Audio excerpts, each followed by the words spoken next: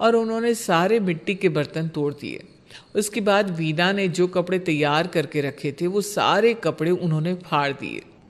सुबह जब घर की औरतों ने ये सब देखा तो परेशान हो गई।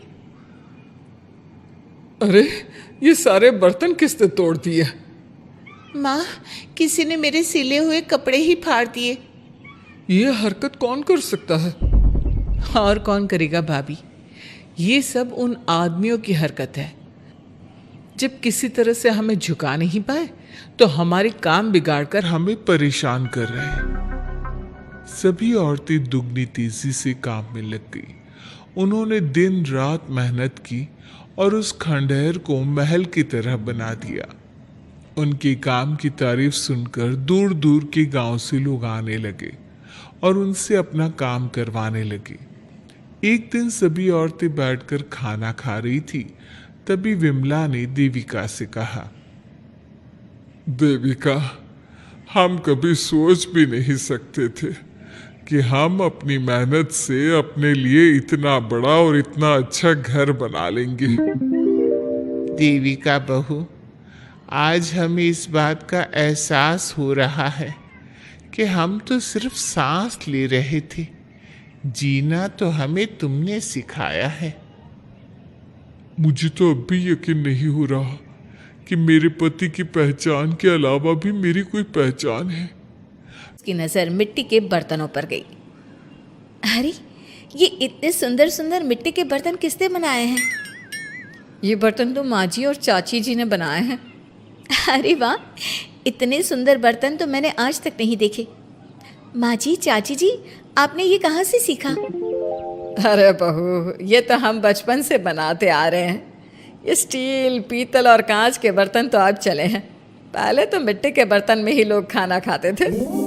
ठीक है, तो हम दोबारा से मिट्टी के बर्तनों में लोगों को खाना खाना सिखाएंगे। वीना दीदी और सुजाता भाभी, आप दोनों बताओ, आप दोनों को क्या क्या आता है? मुझे तो खाना अच्छा बनाना आता है। बस खाना बनाने के अलावा मैंने कभी कुछ किया ही नहीं। और वीना दीदी, आप बताओ, आपको क्या क्या आता है? पता नहीं, मैंने बचपन से यही सुना है कि लड़कियों को ये नहीं करना चाहिए, लड़कियों को वो नहीं करना चाहिए, इसलिए मैंने कभी कुछ किया ही नहीं। देविका, वीना को सिलाई, कढ़ाई और बुनाई बहुत अच्छी आती है। हाँ, आती तो है, लेकिन बहुत अच्छी नहीं। बहुत अच्छी भी आ जाएगी। अब देविका और बाकी सभी औरतें गांव में सबके घर जाती हैं और गांव की सभी औरतों से मिलकर कहती हैं, भाभी जी, अगर आपको अपने या अपने घर वालों के लिए कपड़े सिलवाने हो तो आप मुझसे ही सिलवाना। बहन जी, मिट्टी का चूल्हा, बर्तन या मटका बनवाना हो तो मुझसे ही बनवाना। मैं और विमला दीदी आपके घर के सारे बर्तन बना देंगे। भाभी, आप कभी किसी काम में व्यस्त हो और खाना ना बना पाओ ना, तो आप मुझे बता देना, मैं आपके घर के लिए खाना बना दूंगी। वो क्या है ना, आप तो सारा दिन खेतों में काम करती हो और कभी कभी खाना भी नहीं बना पाती होंगी, इसलिए। इस तरह घर की औरतें जी जान से अपने अपने कामों में लग जाती है। धीरे धीरे उनका काम बढ़ जाता है और वो अपने खंडहर को ठीक करने में लग जाती हैं। वहीं दूसरी ओर घर के सारे आदमी घर का काम संभाल नहीं पा रहे थे। अरे भाई कल्याण, चाय तो पिला दे, जमाना हो गया अच्छी चाय पिए हुए। आप भी ना घर के दामाद से क्या क्या काम करवाते हैं? अभी लाता हूँ चाय। कल्याण, तुम दामाद नहीं बेटे हो, इसलिए इस घर के सुख दुख, घर के काम और बाहर के कामों में तुम्हारा सहयोग तो होना ही चाहिए ना। इतने में कल्याण चाय बनाकर ले आता है। जैसे ही सचिन चाय पीता है तो उसके मुंह से चाय निकल जाती है। जीजा जी, ये क्या बनाया है? इतनी कड़वी चाय? इससे अच्छा तो करेले का जूस होता है। देख सचिन भाई, मैं तो ऐसी ही चाय बनाता हूँ, पीनी है तो पी, नहीं पीनी है तो अपने आप बना ले।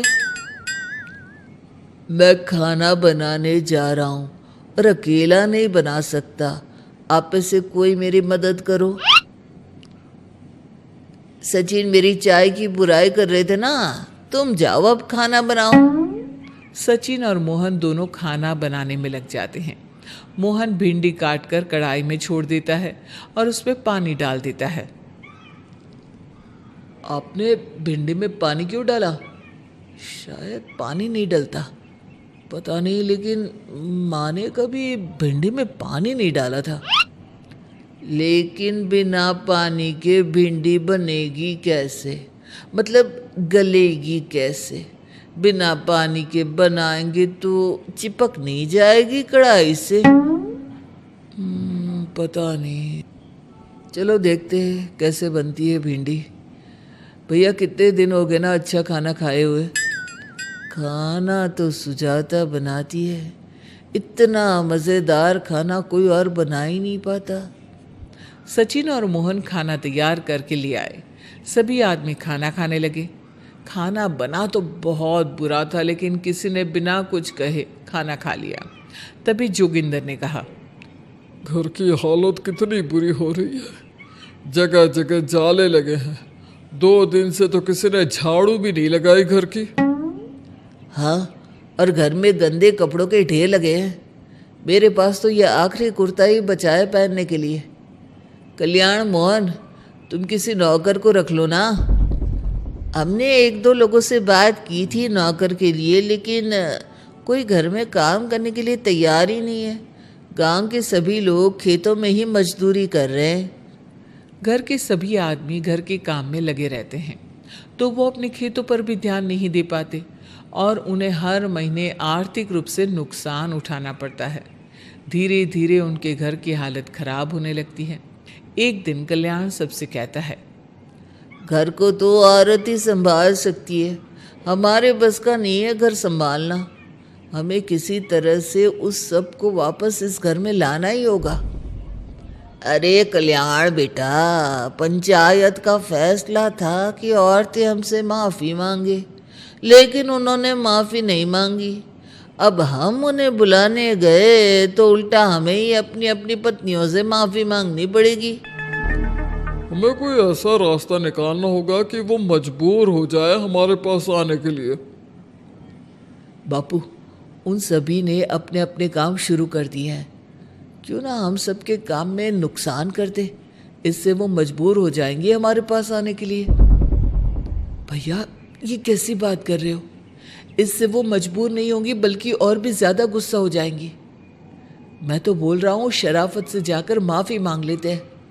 मुझे यकीन है कोई माफ़ करे ना करे, माँ तो ज़रूर हमें माफ़ कर देंगी। नहीं सचिन, अगर हमने माफ़ी मांगी तो ये सारी औरतें हमारे सर पर चढ़कर नाचेंगी। हमें इनके सामने छोटा नहीं होना है। मोहन, कल्याण, तुम दोनों आज से ही काम शुरू कर दो। बस फिर क्या था, घर के सभी आदमी लग गए काम पर। मोहन और कल्याण रात को खंडहर में पहुंचे। गांव के सब लोग मुझे सिर्फ मोहन की पत्नी के रूप में जानते थे, लेकिन अब सारा गांव मुझे जानता है। देविका, मैं कुछ ही दिन में इस गांव में एक अच्छा सा होटल खोल लूंगी और मैं एक बुटीक खोलूंगी। मैं यहाँ गांव की लड़कियों के लिए एक स्कूल खोलना चाहती हूँ। यही मेरा सपना है। सभी औरतें खाना खाकर सो जाती है। रात बहुत ज्यादा हो गई है, लेकिन देविका को नींद नहीं आ रही थी। तभी उसे किसी के कदमों की आवाज़ सुनाई दी। पहले तो देविका थोड़ी डर गई, लेकिन उसने हिम्मत करके उठकर देखा तो उसके सामने सचिन खड़ा था। सचिन, तुम यहाँ क्या कर रहे हो? कहीं तुम मेरा कोई नुकसान तो करने नहीं आए? मेरे पास तो किताबों के अलावा कुछ नहीं है। फाड़ना चाहो तो फाड़ सकते हो। देविका, मैं तुम्हारा कोई नुकसान करने नहीं आया हूँ, बस तुमसे माफ़ी मांगने आया हूँ। क्या? रात के अंधेरे में चोरों की तरह तुम मुझसे माफ़ी मांगने आए हो? प्लीज़ देविका, माँ और चाची को समझाओ कि वो बापू और चाचा जी से माफ़ी मांग ले और तुम सबको लेकर घर आ जाए। सचिन, तुम भी तो अपने बापू और चाचा को अपने साथ ला सकते थे ना, और माँ और चाची से माफ़ी मंगवा सकते थे ना। प्लीज़ देविका, मुझे माफ़ कर दो और घर चलो। कैसे माफ कर दूं सचिन? तुमने मुझे मरने के लिए छोड़ दिया। अगर माँ और चाची हिम्मत करके मुझे अस्पताल ना ले जाती तो आज मैं और मेरा बच्चा जिंदा ना होते। ना तुम मुझे अस्पताल में देखने आए और ना ही अस्पताल से आने के बाद मेरा हाल चाल पूछा। मुझे तो छोड़ो, तुमने अपने बच्चे का चेहरा तक नहीं देखा और तुम मुझसे उम्मीद कर रहे हो कि मैं तुम्हें माफ कर दूं? कभी नहीं सचिन। देखो देविका, हम सबको बहुत नुकसान हो रहा है। घर के काम की वजह से हम बाहर के काम पर ध्यान नहीं दे पा रहे। घर और जिंदगी दोनों अस्त व्यस्त है। वो इसलिए कि तुम सब आदमी संगठित नहीं हो। अपना दिमाग और ऊर्जा हमें परेशान करने में लगा रहे हो, और हम औरतें संगठित हैं। हम अपना दिमाग और ऊर्जा अपनी प्रगति में लगा रहे हैं। इसलिए हमने खंडहर को भी महल की तरह कर दिया और तुम्हारी हवेली खंडहर की तरह लगती है। सचिन देविका से बार बार माफ़ी मांग रहा है। क्या सचिन को अपनी गलती का सच में पछतावा है, या फिर ये घर के आदमियों की कोई नई चाल है? ये जानने के लिए आपको हमारे आने वाले एपिसोड का इंतज़ार करना होगा। और हाँ, कमेंट करके हमें ये भी ज़रूर बताइए कि क्या देविका को सचिन को माफ़ कर देना चाहिए? क्या उसे सब कुछ भूल कर सचिन के साथ अपना घर बसाना चाहिए, या फिर सचिन को